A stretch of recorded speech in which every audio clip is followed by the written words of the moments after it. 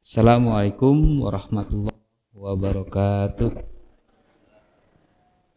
Alhamdulillahirabbil alamin. Assalatu wassalamu ala asrofil anbiya'i wal mursalin wa ala alihi wa sahbihi ajma'in. Sallallahu rabbuna ala nuril mubin Ahmadal Mustafa sayyidil mursalin wa ala alihi wa sahbihi ajma'in. Rabbi shrahli sadri wa yassirli amri wahlul 'uqdatam min lisani yafqahu qawli. Rabbi zidni ilma warzuqni fahma. Amin ya rabbal alamin. Ibu-ibu, bapak-bapak, jamaah Masjid Al-Furqan yang dimuliakan Allah, syukur alhamdulillah kita panjatkan kehadiran Allah Subhanahu wa taala yang telah memberikan kita kesehatan, kesempatan sehingga kita selalu menjadi orang-orang yang taat, orang-orang yang selalu beriman dan bertakwa dan berbuat baik. Dan juga marilah kita haturkan kepada para nabi, wabil khusus Nabi Muhammad sallallahu alaihi wasallam. Allahumma sholli ala Muhammad wa ala ali Muhammad. Pada kesempatan pagi yang cerah ini, mari kita mengkaji Al-Quran atau mentadabburi Al-Quran sehingga kita dalam ridhonya Allah Subhanahu wa taala. Yaitu kami beri kajian ini judulnya Hidup yang Berkualitas Menurut Al-Quran atau yang di dalam Al-Quran itu sendiri. Tentunya figur yang sudah terbukti, yang sudah menjadi panutan semua umat, khususnya adalah umat Islam, yaitu Rasulullah Shallallahu Alaihi Wasallam. Seperti yang Allah firmankan di dalam surah Al-Furqan, surah ke-25 ayat 1. A'udzubillahi minasyaitonirrajim. Bismillahirrahmanirrahim. Tabarakalladzi nazzalal furqan ala 'abdi liyakuna lil 'alamin. Maha suci Allah yang telah menurunkan Al-Furqan, nama lain dari Al-Quran, kepada hambanya agar dia menjadi pemberi peringatan kepada seluruh alam. Jadi mudah-mudahan Yayasan Al-Furqan, Sekolah Al-Furqan, Masjid Al-Furqan ini adalah salah satu sarana untuk memberikan pelajaran, memberikan hikmah dan petunjuk untuk orang-orang yang berada di dalamnya maupun yang di sekitarnya. Nah, ini adalah perjuangan Rasulullah SAW bagaimana memberikan suri tauladannya beliau kepada umatnya. Kalau mau hidup kita ini adalah berkualitas, kita harus tingkatkan namanya kualitas keimanan kita, kualitas ketakwaan kita, dan kualitas perbuatan baik kita dalam kehidupan kita sehari-hari. Seperti firman Allah di surah Al-An'am ayat 162. Boleh Pak, ini bantu baca. Saya akan jelaskan. Iya, tadi Al-An'am 162. Iya. A'udzubillahi minasyaitonirrajim. Bismillahirrahmanirrahim. Qul inna salati wa nusuki wa mahyaya wa mamati lillahi rabbil alamin. Yang artinya, katakanlah Muhammad, sesungguhnya salatku, ibadahku, hidupku dan matiku hanya untuk Allah, Tuhan seluruh alam. Qul inna sholati, berarti ketika kita memulai mengatakan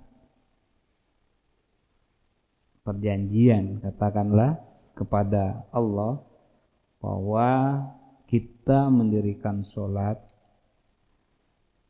wa nusuki, mendirikan ibadah, wa mahyaya, kita hidup, wa mamati, akan menuju namanya ridho Allah Subhanahu wa ta'ala.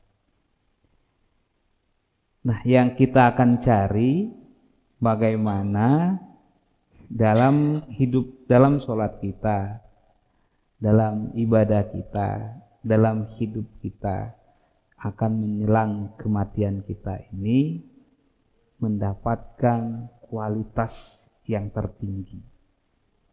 Ini tentunya perlu kita tingkatkan. Kalau yang dulu mungkin baru 20%, mari kita tingkatkan lagi menjadi 50%.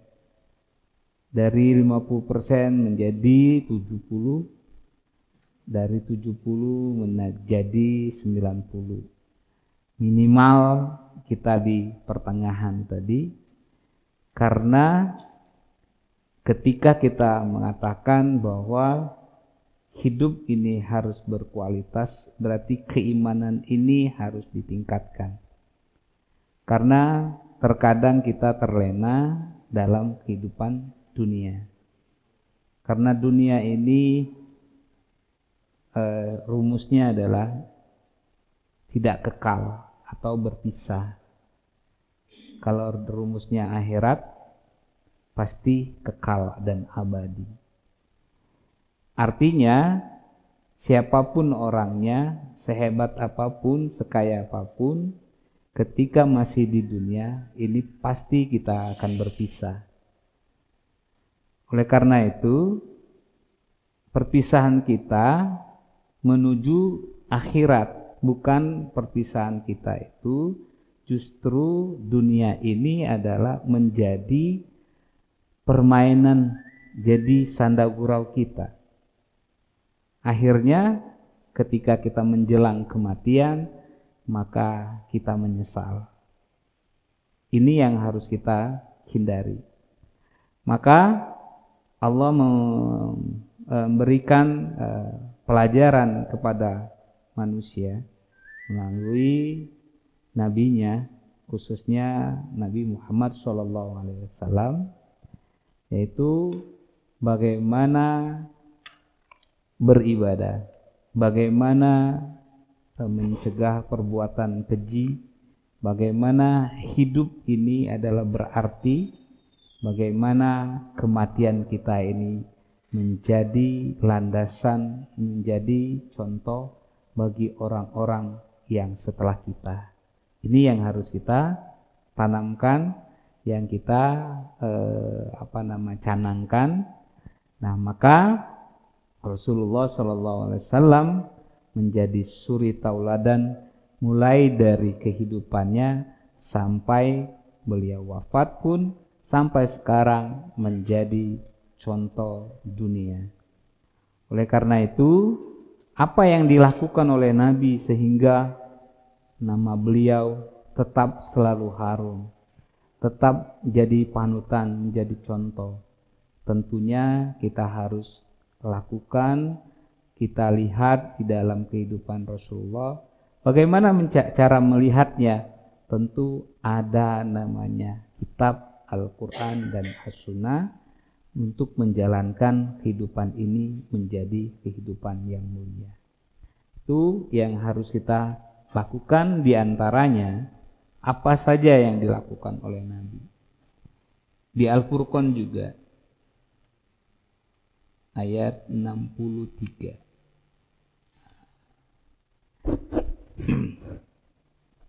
Ya, Silakan Ustaz Habib.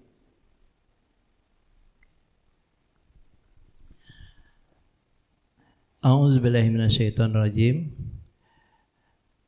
Wa'budur rahmanil ladzi nayamsuna 'alal ardi hauna wa idza khatabahumul jahiluna qalus salama, yang artinya, dan hamba-hamba Tuhan yang Maha Penyayang itu ialah orang-orang yang berjalan di atas muka bumi dengan rendah hati, dan apabila orang-orang jahil menyapa mereka, mereka mengucapkan kata-kata yang baik. Jadi Allah menjelaskan wa ibadur rahman, hamba-hamba Allah yang penyayang, yang mereka adalah ketika yamsyu, masa yamsi, masa itu artinya berjalan di atas bumi, mereka merendahkan hati mereka. Artinya hidup mereka adalah tetap bersahaja, memberikan namanya pencerahan, memberikan peringatan, memberikan pelajaran. Itu yang dilakukan oleh Rasulullah SAW. Dan apabila orang-orang jahil menyapa mereka, mereka mengucapkan kata-kata yang baik, yaitu dengan salam. Nah, ini yang dilakukan oleh Rasulullah, dicontohkan oleh Rasulullah. Sehingga dalam kehidupannya semua orang merasakan kehilangan ketika beliau wafat. Nah, sebelum beliau wafat pun beliau memberikan namanya pelajaran-pelajaran hidup untuk menjadi suri tauladan. Sehingga kualitas hidup beliau adalah menjadi contoh orang-orang yang berikutnya, khususnya kita semua. Jadi figur yang kita harus lakukan yaitu seperti yang dilakukan oleh Rasulullah SAW. Jadi bukan namanya saja yang mulia, tapi diiringi dengan perilakunya yang mulia. Itu namanya karakter. Kalau bilang sekarang namanya akhlakul karimah. Nah, terkadang kita adalah terlena dengan sikap-sikap yang arogansi, sikap yang kebencian, sikap hasud yang tertanam di diri kita, sehingga ucapan itu menjadi kebiasaan kita yang tidak baik, akhirnya akan menimbulkan namanya tindakan yang tidak baik. Sebaliknya, kalau kata-kata yang baik, maka akan menimbulkan namanya sikap yang baik. Ketika kebiasaan yang baik ini menjadi kebiasaan kita atau habitnya kita, maka dia akan menjadi namanya nasib kita yang baik. Nah, ini yang dilakukan Rasulullah SAW. Apa yang dia contohkan ketika ada orang yang jahil mengucapkan yang tidak baik, maka Nabi sampaikan dengan ucapan salam, dengan salam penghormatan di surah keempat ayat 86 An-Nisa.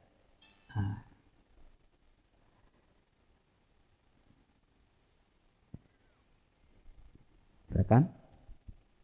Quran An-Nisa ayat 86 yang artinya, dan apabila kamu dihormati dengan suatu salam penghormatan, maka balaslah penghormatan itu dengan yang lebih baik, atau balaslah penghormatan itu yang sepadan dengannya. Sungguh Allah memperhitungkan segala sesuatu. Nah, jadi balaslah ya sesuatu itu ketika ada yang jahilnya tadi tetap mengatakan namanya ucapan yang jahat, maka balaslah yang baik, ucapkan kepada mereka, yaitu salam penghormatan, atau ucapkanlah salam kepada mereka, biar sentuh hati mereka.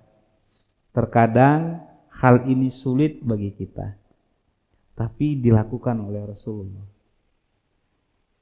Nah sekarang bagaimana karakter kita sudah hilang dari kebiasaan 3S. Senyum, sapa, salam. Senyum saja sulit, apalagi menyapa. Iya kan? Padahal kata Rasulullah, senyum itu bagian dari ibadah. Nah ini sudah karakternya kita sudah mulai tergerus. Kita apalagi nggak kenal mulai, karena apa? Karena ada sikap-sikap yang sudah kita jaga, karena ada yang kita berbuat baik, ternyata ada orang memanfaatkan kebaikan kita. Akhirnya sikap yang baik tadi jadi waspada, padahal itu adalah suatu kebiasaan kita. Nah ini kenapa terjadinya waspada? Karena tidak jadi kehidupan kita. Jadi salah satunya kecurigaan. Jadi kita saling prasangka jahat. Nanti kita nggak kenal, nanti dimanfaatin orang. Nah sikap-sikap inilah yang sering terjadi, sehingga kita mulai mengurangi komunikasi yang tidak kita tahu. Nah ini harus kita perbaiki. Bagaimana kita mulai yang dari tetangga dulu, mulai dari keluarga dulu. Bagaimana caranya? Minimal silaturahim. Maka fal yasil rahimahu fayazdadu imanahum. Jadi ketika kita menyambung silaturahim akan menambah keimanan kita. Kalau kita putuskan, maka keimanan kita pun akan terputus oleh kebaikan-kebaikan. Oleh karena itu, mari kita tingkatkan ketika kita diberikan suatu ucapan yang tidak baik, maka balaslah dengan penghormatan atau balaslah dengan kebaikan. Insya Allah nanti kebiasaan-kebiasaan yang baik ini akan menular kepada yang melihat, yang dengar, apalagi yang sama-sama kita. Maka orang Islam sekarang menyapa itu minimal dengan ucapan salam, karena itu adalah untuk menyambung silaturahim. Itu yang dilakukan Rasulullah SAW. Selanjutnya kita tambah lagi di Al-Furqan juga ayat 63. Apa yang dilakukan Rasul? 63 lanjut 64 ya. Oke.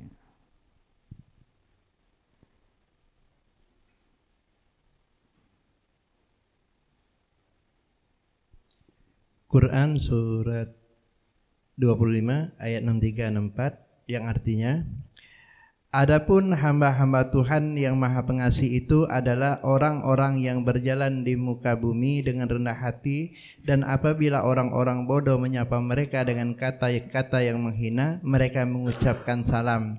64, dan orang-orang yang menghabiskan waktu malam untuk beribadah kepada Tuhan mereka dengan bersujud dan berdiri. Oke. Walladzina yabituna fi rabbihim sujada wa qiyam. Dan orang-orang yang melalui malam hari dengan bersujud dan berdiri untuk Tuhannya. Rasulullah sedikit tidur di waktu malam. Jadi kalau ada sholat tahajud itu memang kita lakukan, tapi yang dilakukan Rasulullah SAW tidak hanya untuk dirinya sendiri, tapi beliau mendoakan anak cucunya, kerabatnya, bahkan umatnya diberikan doa untuk bagaimana mereka mendekatkan dirinya kepada Allah. Terkadang kita terlupakan, seolah-olah kalau mendoakan orang itu belum ada tahu alamatnya maka belum diijabah. Belum tentu. Secara fikih mungkin syaratnya harus ada hukumnya, tapi yang namanya doa Allah lah yang mengabulkan. Itu yang harus kita pahami, bahwa lakukan yang terbaik di dalam hidup kita, maka insya Allah Allah akan berbuat baik kepada kita. Ini dijelaskan di surah surah Al-Qasas 28 ayat 77.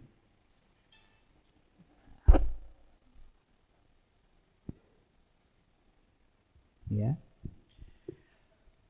Quran surah Al-Qasas ayat 77 yang artinya, dan carilah pahala negeri akhirat dengan apa yang telah dianugerahkan Allah kepadamu. Tetapi janganlah kamu lupakan bagianmu di dunia dan berbuat baiklah kepada orang lain sebagaimana Allah telah berbuat baik kepadamu. Dan janganlah kamu berbuat kerusakan di bumi, sungguh Allah tidak menyukai orang yang buat kerusakan. Wabtaghi fima atakallah darul akhir. Apa kata Allah? Carilah pada apa yang telah dianugerahkan Allah kepadamu, kebahagiaan negeri akhirat.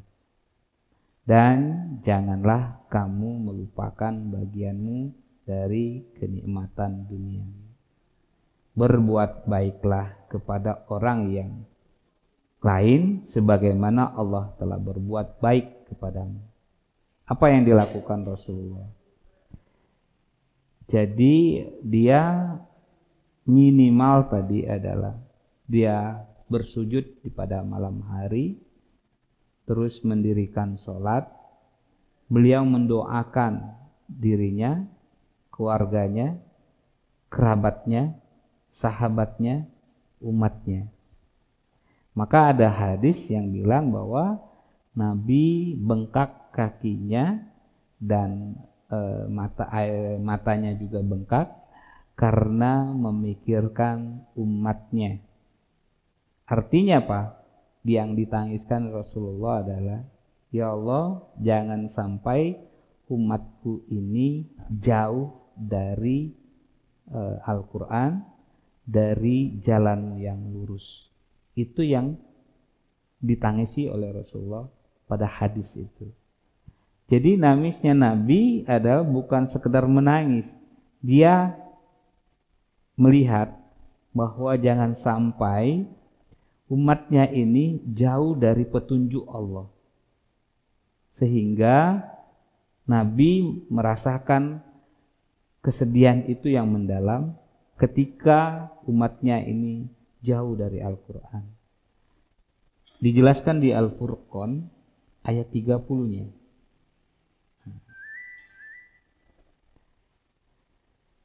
A'udzubillahi minasyaitonirrajim. Bismillahirrahmanirrahim. Wa qala ar-rasul ya Rabbi inna qaumi ittakhazu hadzal Qur'an mahjura.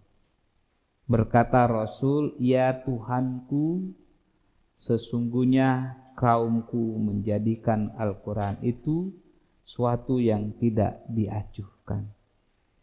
Ini yang disedihkan, yang ditakuti Rasulullah jauh-jauh hari sebelum wafatnya beliau. Jangan sampai umatnya ini jauh dari Al-Quran, karena ketika jauh dari Al-Quran maka hidupnya nanti hampa, tidak berkualitas. Tentunya kalau hidupnya hampa, tidak berkualitas, akan mendapatkan namanya balasan pun yang tidak baik. Oleh karena itu kita harus tingkatkan lagi keimanan dan ketakwaan kita. Kita tanamkan tadi bahwa sholat kita, ibadah kita, hidup kita dan matinya kita hanyalah karena Allah. Ini dicontohkan Rasulullah. Jangan sampai ibadahnya kita itu cuma sekedar melepaskan namanya kewajiban. Orang sholat kita sholat, orang ngaji kita ngaji, orang puasa kita puasa. Jangan kita tingkatkan apa yang tertanam, apa yang tersirat di dalam ajaran-ajaran tersebut, sehingga kita matang dalam kehidupan, sehingga kita berkualitas, sehingga kita mulia di mata Allah. Jangan sampai kita ini ikut-ikutan ibadahnya. Ini yang harus kita tingkatkan lagi. Kita tambah lagi di surah yang sama, ayatnya yang berbeda, ayat 65. Nah, apa yang dilakukan oleh Rasul? Walladzina yaquluna rabbana rif anna azab jahannam inna azabaha kana gharama. Dan orang-orang yang berkata, ya Tuhan kami, jauhkan azab jahanam dari kami, sesungguhnya azabnya itu adalah kebinasaan yang kekal. Nah, apa yang harus kita lakukan supaya kita tidak diazab oleh Allah Subhanahu wa taala? Banyak orang yang berdoa, ya Allah ampuni dosa kami. Kami banyak dosa, kami banyak kesalahan. Apa yang harus kita lakukan supaya Allah memberikan ampunan dan menghapuskan kesalahan-kesalahan kita? Tentunya kata Allah, kalau kamu mau dihapuskan dosa-dosamu dan akan diberikan pahala, yaitu kamu lakukan di surah ke-8 ayat 29. A'udzubillahi minasyaitonirrajim. Bismillahirrahmanirrahim. Ya ayyuhalladzina amanu ittaqullaha yaj'al lakum furqanan wa yukaffir ankum sayyi'atikum wa yaghfir lakum wallahu dzul fadlil azim. Hai orang-orang yang beriman, jika kamu bertakwa kepada Allah, niscaya Dia akan memberikan kepadamu furqan dan menghapuskan segala kesalahan-kesalahanmu dan mengampuni dosa-dosamu.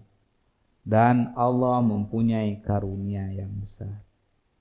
Berarti orang yang beriman harus meningkatkan ketakwaan kepada Allah. Dengan ketakwaan kepada Allah ini, Allah akan menghapuskan kesalahan-kesalahan dan mengampuni dosa-dosanya. Oleh karena itu, ketika ketakwaan kita meningkat, maka azab pun tidak akan mengenai diri kita. Allah berjanji Allah akan selamatkan jasad kita, ya, dan diharamkan jasad kita disentuh oleh api neraka ketika keimanan dan ketakwaan kita tingkatkan. Dijelaskan di surah Az-Zumar ayat 61.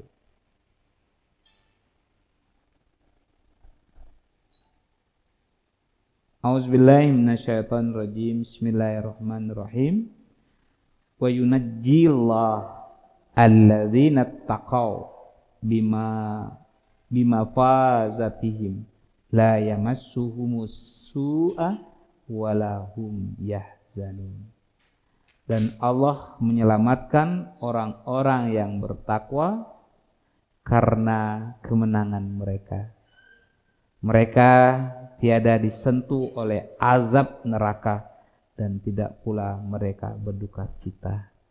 Jadi ketika hidup kita beriman, bertakwa, berarti kualitas keimanan dan ketakwaan kita meningkat, maka Allah berjanji orang yang beriman dan bertakwa ini akan dijaga oleh Allah. Apa bentuknya? Yaitu tiada disentuh azab neraka dan tidak pula mereka merasakan kesedihan. Maka inna sholati wa nusuki wa mahyaya wa mamati lillahi rabbil alamin. Baru semuanya akan terjadi bahwa kualitas kehidupan kita mulia di mata Allah. Dan kualitas kehidupan kita ini adalah bahagia di akhirat dan bahagia di dunia juga. Ini yang harus kita pegang dua-duanya. Jangan sampai dunia ini melindas kita, menghilangkan keimanan kita, dan juga menukar keimanan kita. Tentunya ketakwaan kita pun akan redup, akan hilang, dan kebaikan-kebaikan kita pun tidak diterima oleh Allah Subhanahu wa Ta'ala. Maka hidup kita di dunia sengsara, maka di akhirat pun sengsara. Oleh karena itu, mari kita tingkatkan ketakwaan kita. Ketika ketakwaan kita meningkat, maka Allah akan jaga tubuh kita. Allah akan jaga kita jangan disentuh oleh azab. Orang yang mana yang bisa menjaga itu?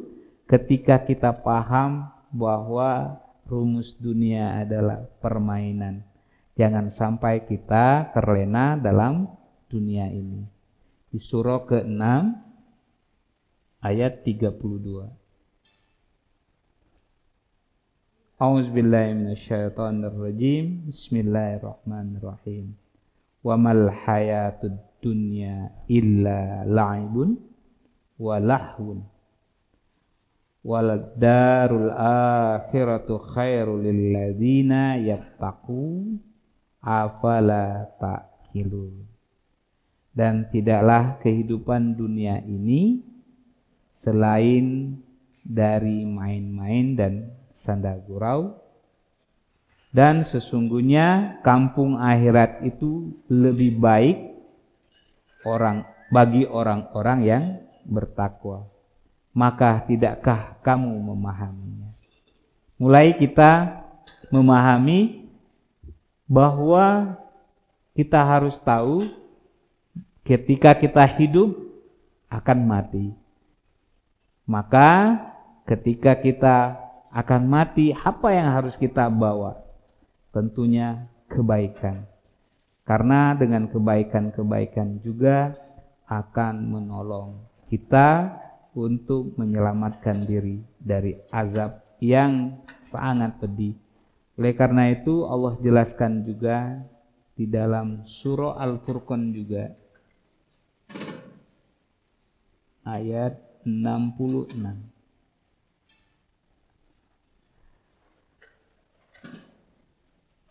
Sesungguhnya jahanam itu seburuk-buruk tempat menetap dan tempat kediaman. Ini bagi siapa? Gitu kan. Dan orang-orang yang apabila belanjakan harta mereka tidak berlebih-lebihan dan tidak pula kikir. Dan adalah pembelanjaan itu di tengah-tengah antara yang demikian. Jadi jahanam itu akan menunggu ketika kita tidak berbuat baik. Salah satunya orang yang tidak berbuat baik itu orang yang kikir, orang yang pelit. Maka Allah uji dengan keimanan kita itu ketika kita diberi rezeki. Maka kata Allah, bersyukur. Bukti kamu bersyukur, kamu berbagi. Bagaimana cara berbagi? Diatur oleh Allah. Yaitu apabila kamu mendapatkan hartamu, maka jangan berlebih-lebihan dan tidak pula kikir. Apa yang harus dilakukan?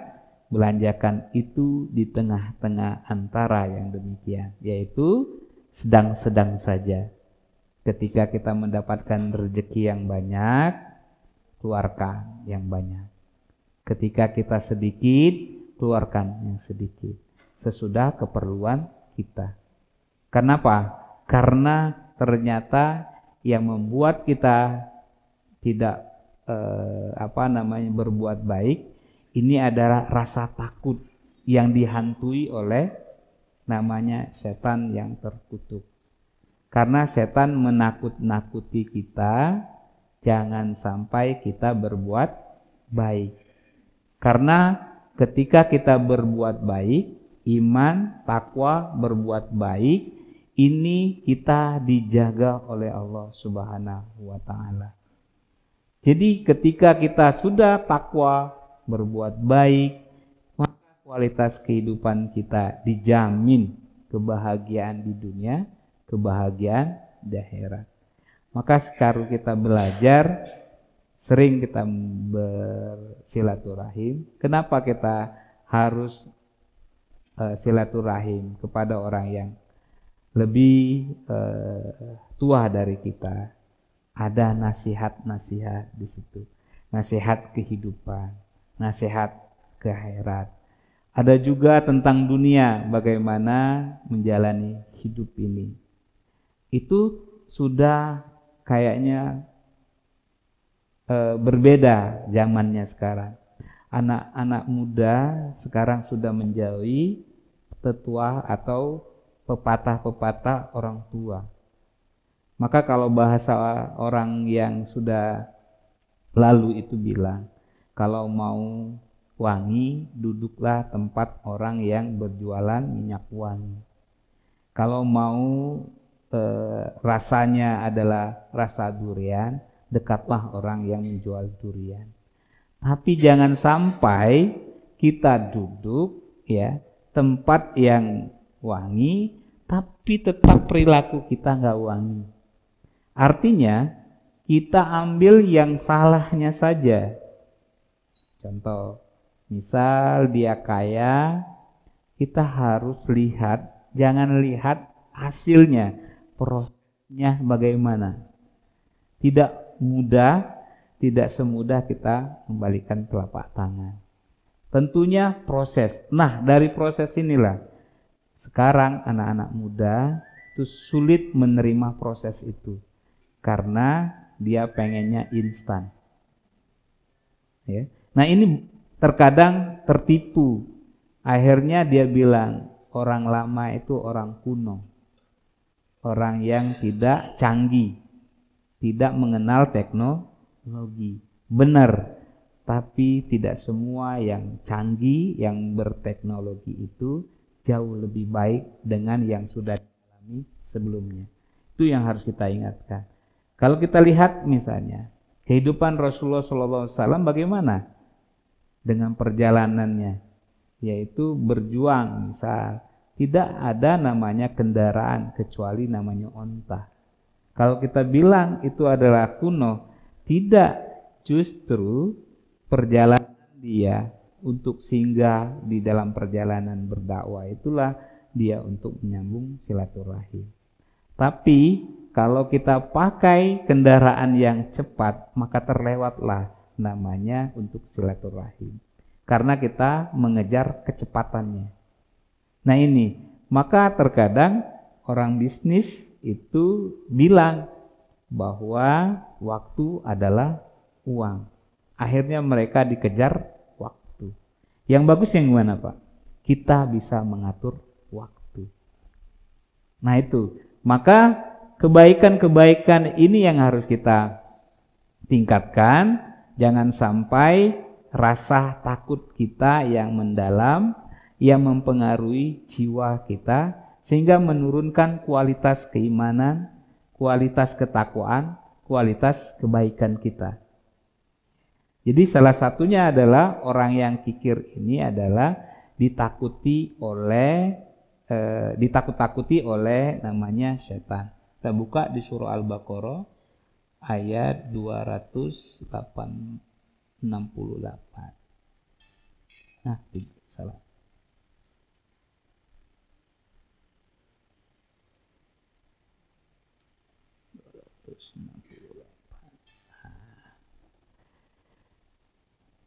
A'udzubillahi minasyaitonirrajim. Bismillahirrahmanirrahim.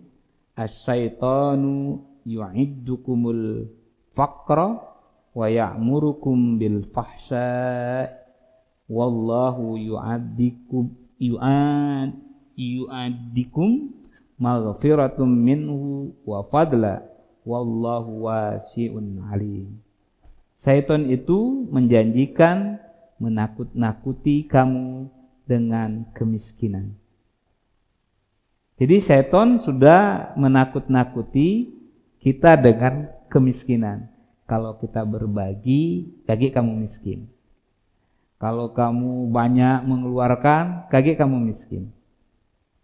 Dan menyuruh kamu berbuat kejahatan alias kikir. Justru kita disuruh jangan banyak berbagi, disuruh kikir. Sedang Allah menjanjikan untukmu ampunan daripadanya. Setelah kita berbuat baik, kata Allah, kebaikan yang disukai oleh Allah salah satunya adalah berbagi, yaitu memberikan rezeki, memberikan ilmu, memberikan tenaga, pikiran untuk orang-orang sehingga mendapatkan pencerahan hidupnya dan karunia. Dan Allah maha luas karunia-Nya maha mengetahui. Jadi ayat ini menekankan bahwa jangan sampai kita ditakut-takuti oleh setan. Padahal belum tentu, kita melakukan kebaikan. Sehingga ketika kita sudah takut, maka rasa untuk berbagi, rasa berbuat baik itu hilang. Maka digrogotilah rasa-rasa yang kebaikan kita, maka keimanan kita hilang. Padahal kata Allah, setan itu hanya menguji.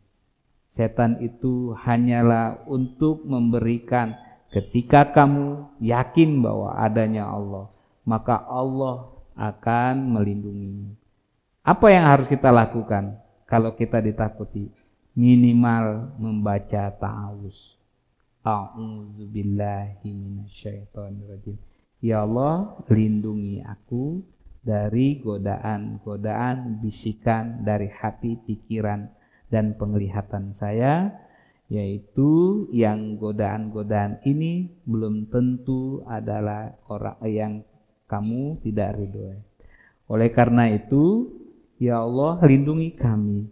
Maka tunjukkan, kuatkan hati pikiran kami untuk luruskan niat kami untuk selalu dalam melangkah untuk kepentingan ibadah kami. Kami hidup hanyalah untuk Engkau, sehingga kami hidup berkualitas. Inna sholati wa nusuki wa mahyaya wa mamati lillahi rabbil alamin. Nah, ketika kita tanamkan ketiganya, maka timbul namanya kesabaran hidup. Sabar bukan artinya pasrah, tapi sabar itu kita menuju proses menerima yang nyata. Jadi selama ini kenapa kita tidak sabar? Karena kita tidak tahu proses. Yang namanya manusia tadi pasti ada ujian, ada namanya musibah, ada namanya bala. Ya kan, Bu? Nah, itu tidak bisa dihindari, pasti terjadi. Cuman kita yang nggak sabaran. Nah, ketika kita paham bahwa ini semuanya kehendak Allah, itulah kesabaran kita muncul. Jadi sabar itu bukan sekedar ucapan. sabar itu kita paham dalam bentuk proses. Ketika kita hari ini tidak mendapatkan namanya sesuatu yang kita inginkan, kita harus berproses besok. Jangan sampai kita putus asa hari ini, padahal besok akan dikasih oleh Allah. Itu namanya ujian hari ini. Ketika kita sabar untuk menuju besok, nah itulah kata Allah orang yang sabar. Karena apa? Sabar itu adalah ketentuan Allah. Ketika Anda sabar, maka saya beserta orang yang sabar. Di surah kedua ayat 45. A'udzubillahi minasyaitonirrajim. Bismillahirrahmanirrahim. Wasta'inu bis-sabri was-shalah wa innaha lakabiratun illa 'alal khashiyin. Dan mintalah pertolongan kepada Allah dengan sabar dan salat. Dan sesungguhnya yang demikian itu sungguh berat kecuali bagi orang-orang yang khusyuk. Jadi kata sabar tidak semudah yang kita ucapkan, yang kita bayangkan, tapi harus butuh proses. Oleh karena itu, ketika hidup kita mulai kita tata dengan keimanan yang baik, meningkatkan ketakwaan, memperbanyak kebaikan, maka wujud sabar itu akan tiba pada diri kita masing-masing, sehingga kita kembalikan semuanya, segala urusan kepada Allah, maka Allah akan berikan apa yang kita minta. Di surah ketiga Ali Imran 109. A'udzubillahi minasyaitonirrajim. Bismillahirrahmanirrahim. Walillahi ma fis samawati wa ma fil ard wa ilallahi turja'ul umur. Kepunyaan Allah lah segala yang ada di langit dan di bumi, dan kepada Allah lah dikembalikan segala urusan. Insya Allah kita hidup tenang, hidup nyaman, mati pun kita akan diberkahi oleh Allah Subhanahu wa taala. Amin ya rabbal alamin. Alamin. Alamin.